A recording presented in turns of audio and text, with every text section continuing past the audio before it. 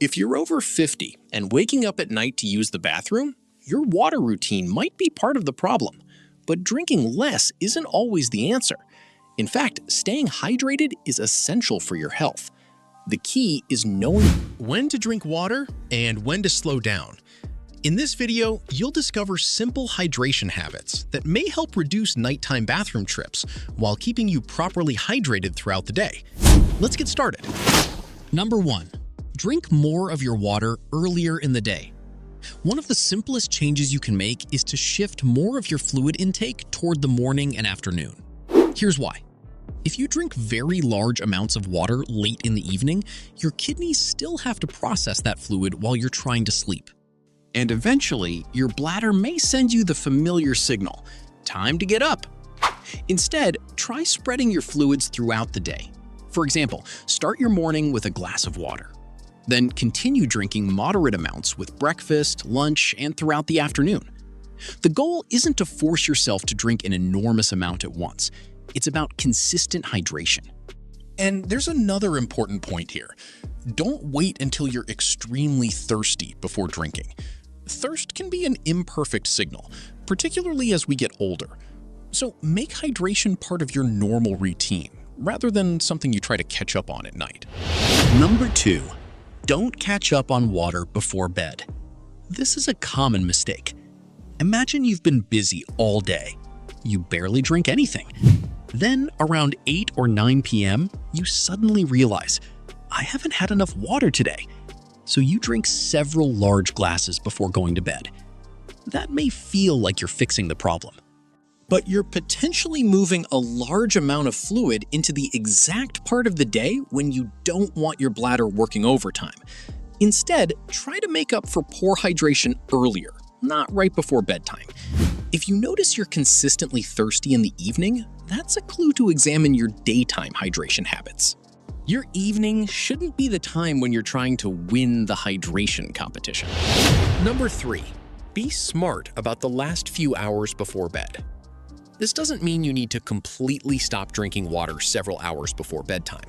That can be uncomfortable and, for some people, inappropriate. Instead, think about moderation. If you're thirsty, drink. But avoid deliberately consuming large amounts of fluid immediately before getting into bed. A useful approach is to make your larger drinks part of your daytime routine and keep evening intake more modest. And remember, the exact timing will vary from person to person. If you go to bed at 9 p.m., your routine may look different from someone who goes to bed at midnight. The goal is to find a pattern that keeps you comfortably hydrated without unnecessarily filling your bladder right before sleep. Number 4. Watch your evening caffeine. Here's something many people overlook.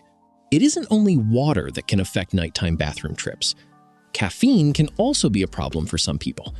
Coffee, tea, energy drinks, cola, and other caffeinated beverages may increase urine production in some people. And caffeine can also interfere with sleep. And here's the frustrating part. Even if caffeine doesn't make you urinate more, it can make your sleep lighter. That means you might wake up more easily during the night. And once you're awake, you may suddenly notice that your bladder feels full.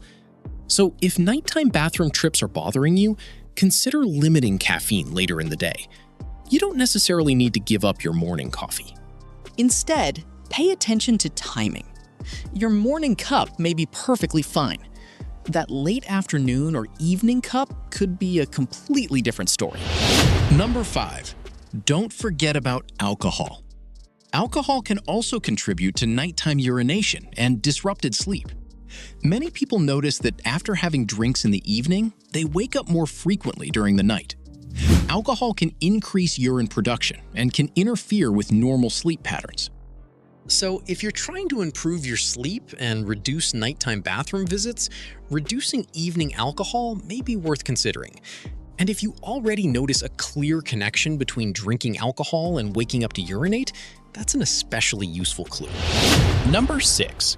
Check your hidden evening fluids. Sometimes people think, I barely drank any water tonight, so why am I getting up? But they're forgetting about everything else they consumed. Think about soup, tea, milk, juicy fruits, smoothies, sports drinks, soft drinks. Even certain desserts contain a surprising amount of water. None of these foods are automatically bad. The point is simply to recognize that your total fluid intake comes from more than the glass of water sitting beside your bed. So if nighttime urination is an issue, look at your entire evening routine, not just plain water. Number 7. Empty your bladder before bed. This sounds incredibly simple, but it can become a useful part of your bedtime routine. Before getting into bed, give yourself time to use the bathroom. Don't rush. And if you have a habit of drinking a large glass of water immediately before bed, consider moving that drink earlier in the evening when possible. Your goal is to begin the night feeling comfortable rather than overly full, both in your bladder and your stomach. It may seem like a tiny change, but sometimes the smallest routines become the easiest ones to maintain. Number 8. Pay attention to your medication timing. This one is extremely important. Some medications can increase urination.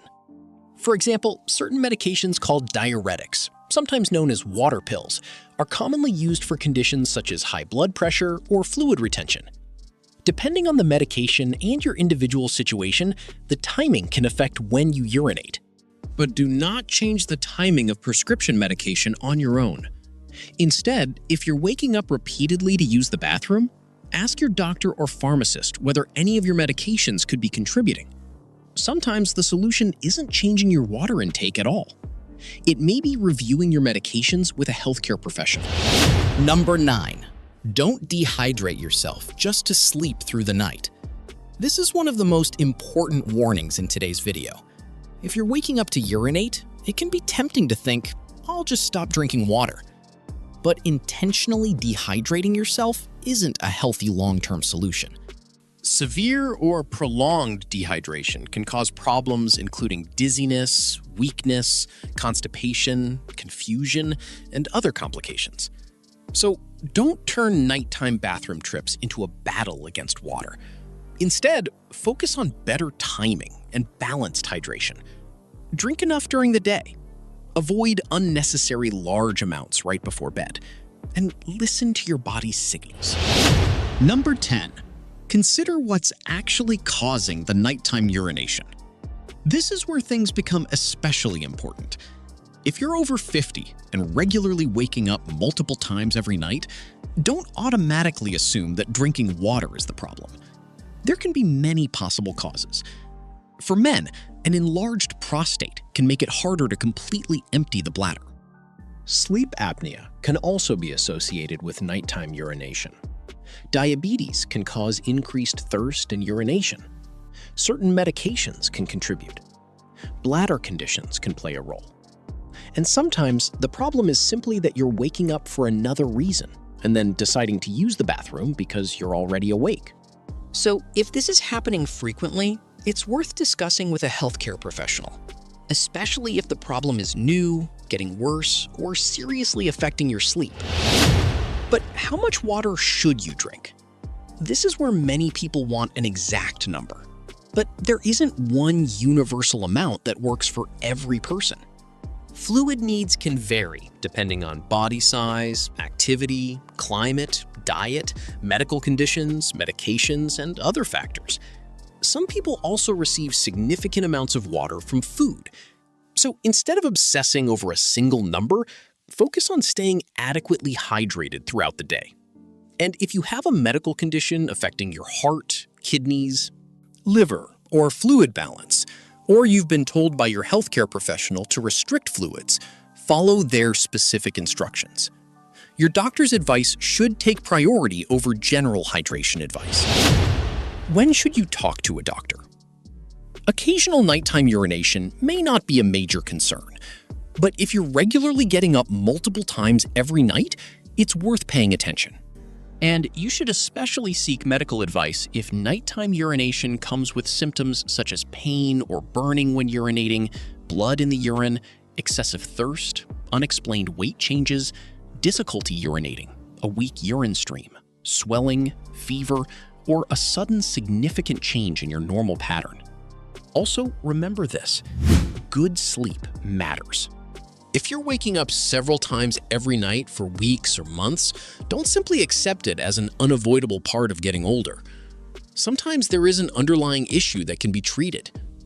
Outro. If you found this video helpful, don't forget to like the video and subscribe for more practical health and wellness tips for adults over 50. And I'd love to hear from you in the comments. How many times do you usually wake up during the night to use the bathroom? Once, twice, or more? Your answer might help someone else realize they're not alone. And remember, better sleep doesn't always require a complicated solution. Sometimes it starts with something as simple as when you drink your water. Thanks for watching, take care of yourself, and I'll see you in the next video.